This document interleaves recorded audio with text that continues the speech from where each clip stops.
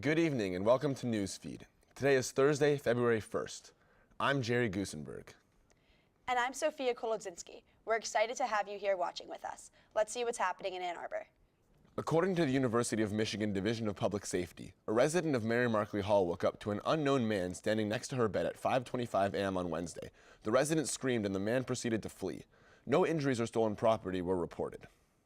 In the wake of President Trump's State of the Union address, Michigan's own Central Student Government President Anoushka Sarkar delivered her own State of the Campus address. This past Tuesday, Sarkar addressed the CSG to discuss topics such as university sports, financial aid, campus performances, sustainability, sexual assault prevention, and further CSG plans. Other speakers included Vice President Nadine Jawad, who presented the critiques of the recent Campus Affordability Guide, and guests from the Michigan Refugee Assistance Program.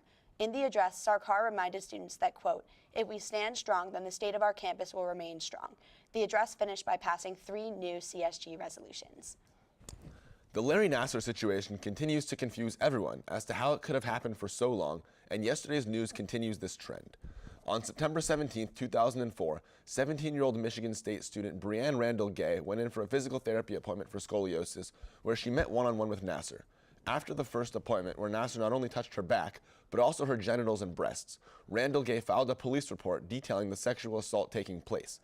Police officers contacted Nassar, and on September 29th, Nassar came to the police department and described the procedure as a medical technique. Although Randall Gay was concerned and mentioned that Nassar did not wear gloves, the police believed Nassar. The report did not result in charges and did not cause skepticism in Michigan state officials about Nassar. Now it's time for a package about the Women's March that took place right here in Ann Arbor on January 20th. Stay tuned, we'll be right back. We're here today in Ann Arbor for the 2nd annual Women's March. We were here a year ago in protest of President Donald Trump's inauguration. We will resist. We will resist.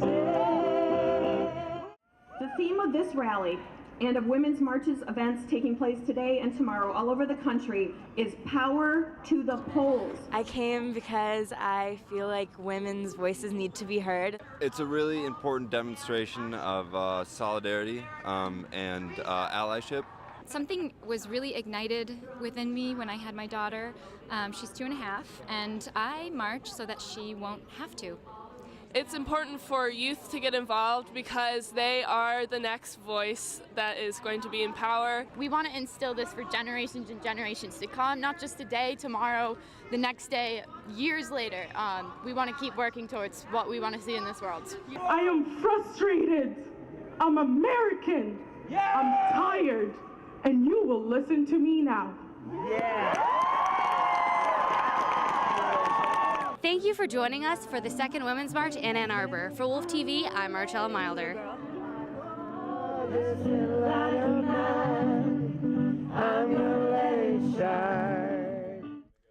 Thanks, Lauren and Marcella, for covering the march last weekend. Let's get into our national news. United States President Donald Trump gave his first State of the Union address on Tuesday night, January 30th. Trump harped on his America First policies, calling on Congress to come together to pass legislation. Despite rallying cries from the president, according to CNN, only 48% of Americans who watched the speech said they had a very positive reaction to it. This is low in comparison to President Barack Obama's first State of the Union, which received 57% approval.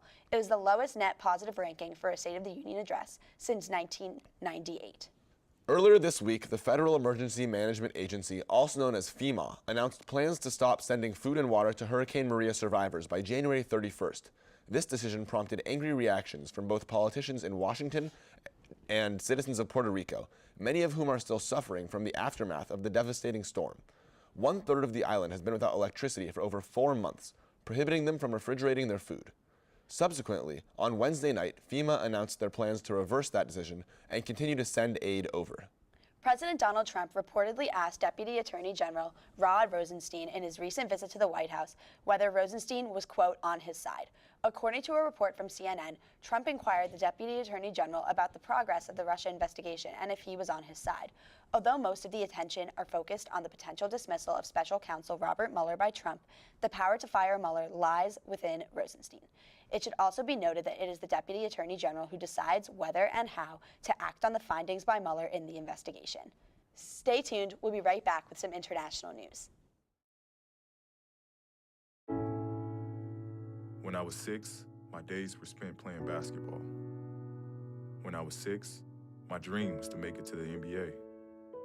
When I was 6, my mom had a stroke. I'm Paul George, and I want you to spot a stroke fast. F, face drooping. A, arm weakness. S, speech difficulty. T, time to call 911. Protect the ones you love. Spot a stroke fast. Well, Thomas, you've got prediabetes. But with more exercise and a change in diet, it can be reversed. I've tried exercising. It just makes me hungry for bacon. I love bacon, too.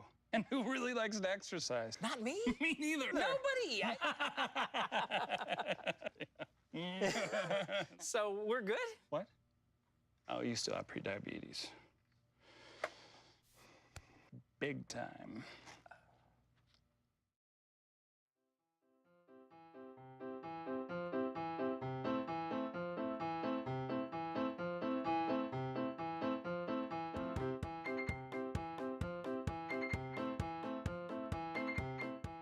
First got to the University of Michigan, I went to Festival. I first got involved on campus through an organization called ALMA, which stands for Assisting Latinos to Maximize Achievement. My RA in East Quad, she invited me to join the Residence Halls Association.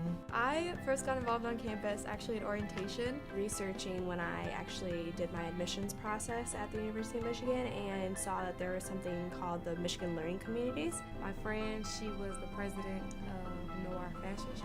I actually am the founder of the organization that I'm representing. It all really happened just because I was kind of following, well, this is cliche, but I mean, I was following my heart. Welcome back to Newsfeed. Now it's time for international news. According to CNN sources, in an attempt to, quote, scare the hell out of the Americans, North Korea is planning to show off its military strength on February 8th at a parade right before the Winter Olympics begin in South Korea. This tactic, which involves, quote, hundreds of missiles and rockets, also includes dozens of intercontinental range Hwasong-15 missiles, which North Korea tested for the first time in late November.